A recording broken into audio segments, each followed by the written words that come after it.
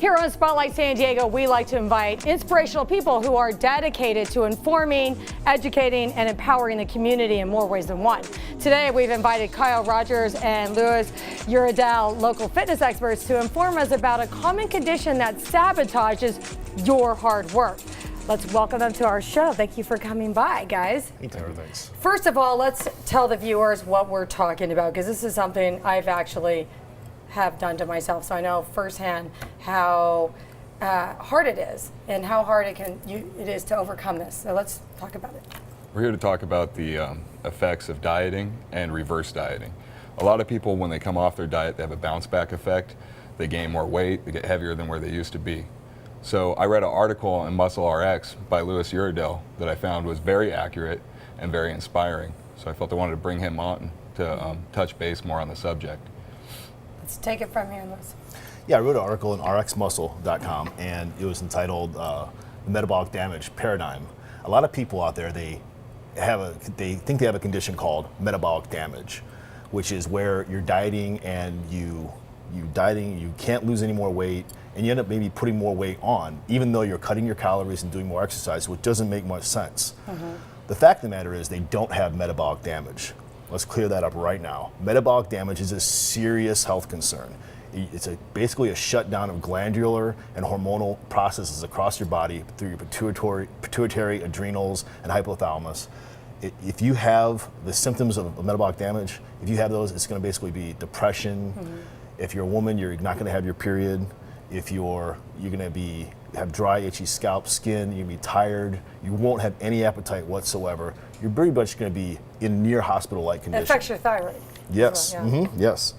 And so most people, there's two steps you have to go through before you get to something called metabolic damage. It's a metabolic compensation would be the first step of where you'd have to get to. Now, what happens is when people are dieting, typically the first thing you do is you start cutting your calories and you start increasing your exercise. So you're decreasing your calorie intake and increasing your calorie output. So your body's extremely adept at making and accessing changes and adapting to those changes. So you have to keep your body guessing. What most people don't do is they just stick on a common plan and their body changes and they stop losing weight.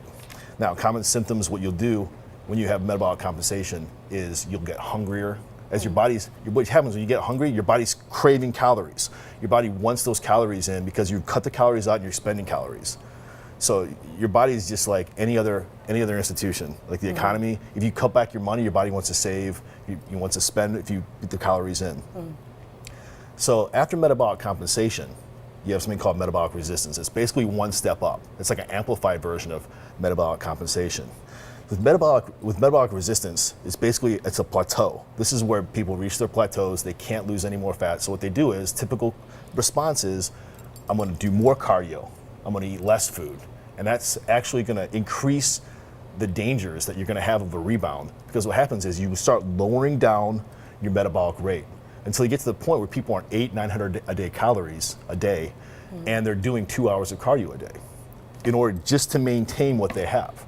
So, and this applies to whether you're training to compete on a fitness level or you're like the masses and you've gone on different diets, the raw food diet. I gotta tell you, I went on that juicing diet. I gained weight. I think I'm the only one who gained weight on that. It was just too much sugars for me. So, and you see all these people who will lose drastic weight, and then 2 months, months later, they put it back, and then some. And I see a lot of my family members as well do it, and it's a bummer. So, what tips do you have so we don't fall into that type of situation? Well, there's certain things you gotta do. The first thing you wanna do is you wanna be conscious of your body's metabolism. Your body's metabolism your body's very complex, and this is a machine. So it's gonna move and adapt. So you start cutting your calories, your body's gonna say, okay, what's going on? I have to readjust. I have to do something here, I gotta pull back this. I gotta make you hungry to do this. So you have to be aware of what's going on with the changes in your body. You can't just give in to your urges to eat. You can't just decide I'm gonna increase my cardio. It's the smartest thing to do. You have to be aware that your body is this type of mechanism. And so keeping that in mind, your body will adjust quickly to dieting trends. As quickly as a week, your body can start adjusting to what you're dieting. It may take a little longer for some people. So what you wanna do is you wanna keep your body guessing. As a general rule of thumb, if you're going to cut your calories or cut your carbohydrates low for a certain period of time, you want to have an influx or surge of calories to let you're basically tricking your body. into thinking that it can burn. So is this a cheat date that Kyle was talking to me about the other day? This would be you So going to that's- get your ice cream. Yeah, no, Or glass of whatever wine. it is. Yeah, there it is. Glass of wine, buddy. I'm not going to waste ice cream. No way. I hate using the word cheat day or cheat Yeah. diet because people think I'm cheating. I don't want to cheat on Yeah. my diet. More of like what Kyle was talking about me earlier, a refeed. Yeah. You're basically refeeding your body. So now you're giving it a little extra money, like in the economy, give it a little money, give it a little more food. Okay, now I can pick up my metabolism a little bit, keep burning calories. So you're tricking your body by dangling a little And carrot. it's telling your body, you're not starving. We're not going to starve. We're not going Yes, through a famine. it's We're okay. We're just going to reshape here. It's almost like giving your metabolism a workout. Yeah, I like it. Boost And it it back kind up. of applies, this generalizes into working out as well. That's why you change out the workout, because otherwise your muscles adapt, right? Yes. And your body gets set, and that metabolism as well. It doesn't shock the system. It's funny that you wouldn't think that you'd have to do that in your diet as well.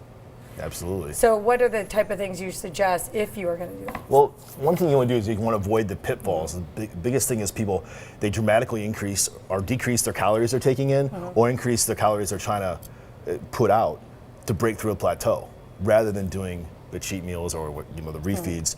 So you want to avoid doing that because that's actually going to put you deeper in the depths of any kind of metabolic troubles you're having. You actually, so say if you go through a 20-week diet and you get down to the bottom of the diet and your metabolism's working at 800 calories a day. Well, regular person for that maybe 1,800 to 2,200 calories a day or 2,400 calories a day. If you bump it up to that, that's a swing of that many calories more a day, 1,600 extra calories a day that you're just putting in, and it's probably going to start right as fat. In a matter of a few weeks, you have 3, 4, 5 pounds of fat on your body, maybe even more. It's funny how fast it comes on and how long it takes to get it off. If you don't do it the right way. Yeah. So, and you're talking about your article again, so people can read it if they want to read it. Well, the article is entitled The Metabolic Damage Paradigm, and it's on rxmuscle.com. And in that, I also talk about reverse dieting, what Kyle actually mentioned at the beginning of the segment. Okay. What that is, when you get done with a diet, you want to back out slowly from the diet.